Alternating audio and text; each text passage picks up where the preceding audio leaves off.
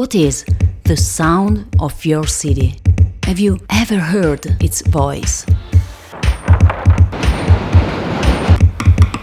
I created the project The Sound of City to discover the soul of the city through the sounds. We are used to going on holidays and taking pictures, making a lot of videos, but we never stop to listen to what we see. We look at it and that's it. I have traveled the world, and in every place I have been to, I recognize the character of the city through my ears, not my eyes. For me, the cities are like a huge musical instruments. In the silence of the metropolitan sunrise, with my microphones and headphones, I explore unknown places, and I let these sounds cherish my ears with the contradiction that each city offers.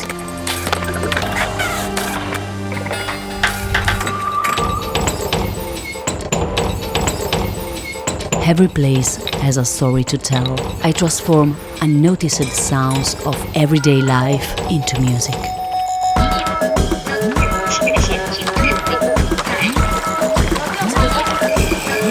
The urban soundscape is my orchestra, to create the soundtrack of the city, to make something eternal in order to not be forgotten.